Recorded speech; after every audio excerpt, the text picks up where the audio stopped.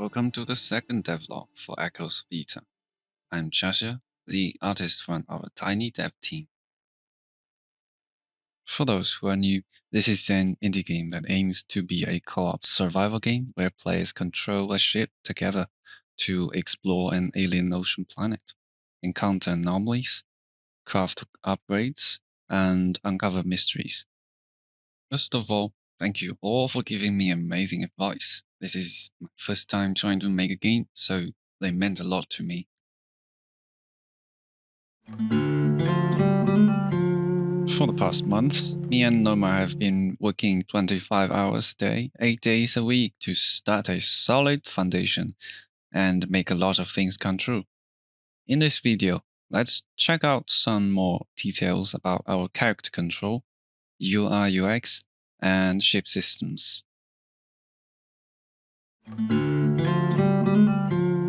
Now the most important thing, how to control the character and walk like a child. If you are familiar with PC games, the character control should feel right at home and easy to master. We have standard WASD control, which naturally A and D to walk around and hold S to crouch. Crouch can be quite useful to dodge certain attacks and projectiles. When another player is standing next to you, this also allows two players to shoot in the same direction without hitting the front player. And for other reasons, W right now has the same function as spacebar and allows the player to jump. 642 can jump a humanly possible distance, as you can see, and jumping can easily mess up your aiming. You may wonder why we made jumping so useless in this game, but remember, interior combat often happens when the room is flooded. Inside Liquid, the character can jump, shoot midair, and dodge attacks, and you should feel satisfied with our current settings.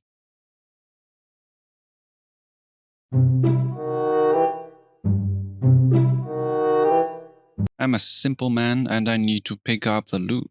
It's a crime not to pick it up, don't you agree?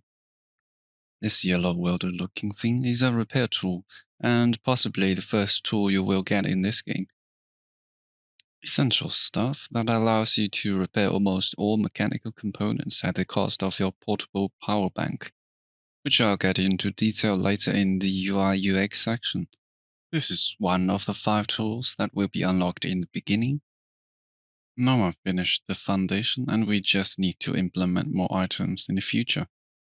After selecting the tool, you can hold right mouse button to active aiming mode, and the tool will point where your mouse cursor is.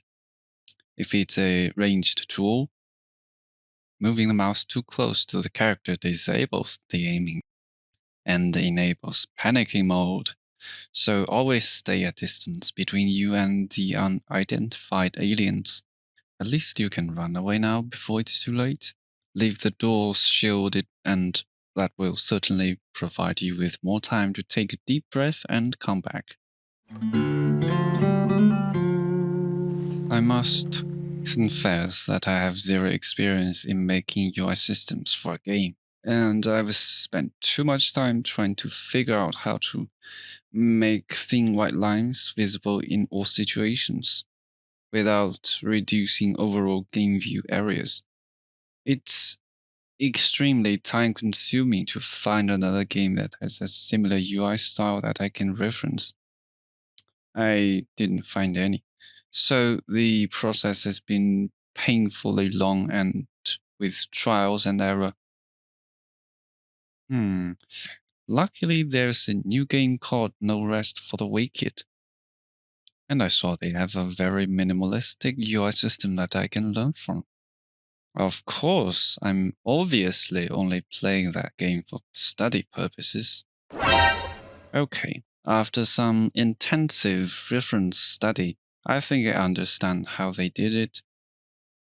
Adding a transparent black area under the wire UI layer works well for that game, combined with a heavy vignette filter underneath. The downside? It makes our game look overall very dark and green. Quite the opposite of what I wish it should be look like. Do you think the game ends up leaning its current visual too much to a horror genre? Do leave your thoughts down in the comments. Considering we haven't finished implementing functionalities to the UI, let's have a rough look at what's on the screen so far. As you can see, I have separated the screen into two sections. On the lower half of the screen, we have UI about the player character, and on the top half is for the ship. Hopefully, this helps players to easily navigate through related information in one area of the screen. Here on the bottom left, we have the character's health, shield, oxygen, buff and debuffs, everything that's related to survival. There are no food, water, or tiredness meters, as they will be positive buffs that you can choose to acquire. Yes, you can totally live without them, which is very realistic. Just kidding. Your suit will provide you with basic needs. Just don't expect the liquid food to be good enough to give you any bonus buffs. The bottom center UI is the player's hotbar used to hold tools and items. You may already know that we have universal ship storage for crafting and collecting raw materials from the last devlog. So this hotbar is all the player needs as the inventory. Everyone can check stuff in the ship's only universal storage and take usable items or tools from the storage module. No tedious sorting tasks, just your hotbar. Thanks to Noma, the player can now select and manage items using mouse click and drag, number keys, or mouse wheel rotations. On the bottom right, you can find simplified information for your character's portable power bank. We have current power, total power, power bank meter, current power type, and a tool's special ability. Yes, each weapon has a special ability. There's also this press middle mouse button icon that tells you how to activate the ability. Everything ship related on this UI is pretty straightforward, and you might already know what they are. Here are some voice lines I am still working on that will be heard together with the crisis notifications. When we finish implementation, this crisis notification will only be seen for a few seconds and it should be retracted back to the screen right. Then it turns into one of these event icons. Low power, flooding, alien at a party. Your ship is confused. Your ship is surprised. Your ship wants to be a vegetarian? Don't worry, players can always hover the mouse on these UI elements and see a detailed tooltip later. This is the most important section of your ship. Each ship will try to generate a shield to absorb damage after not being hit for a few seconds. When this meter goes down, you should start panicking because without shields, the interior takes direct hits, and that's when the chaos starts. We don't have a health value for the ship.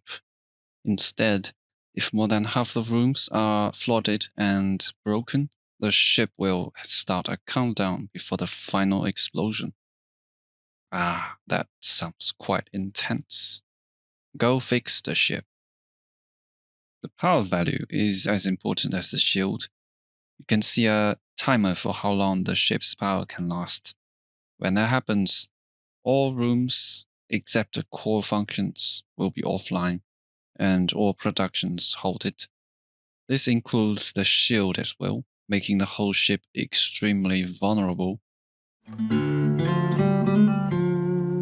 Apparently, Noma has engineered a next-gen jumping system 3.0.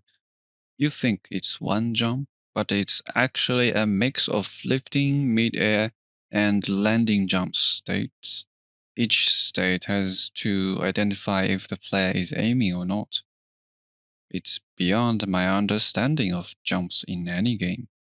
Now, every time I press the jump button, I think of Noma. This laser effect is so good. We should use this for our weapon and throw lasers. You know what? We need to think about it carefully. Not because I want to wait for a discount or anything. We have 0 shadow casters. Everything has no shadow, even the character. And he's vibrating in water for some reason. Elevators are still broken as always. Door blades go to other floors. Listen. I can explain. The reason why the character has no shadow is deeply related to our lore. That is, space vampire. And a space vampire can't stop vibrating in holy space waters. As for the elevators, they are... A few moments later. If you are also willing to support us, remember to hit like and subscribe to the channel for future updates and get notifications when we push our playtest versions for you to play. Now, I should get back to making the actual game, but don't worry, more videos are coming when we have interesting updates and good content.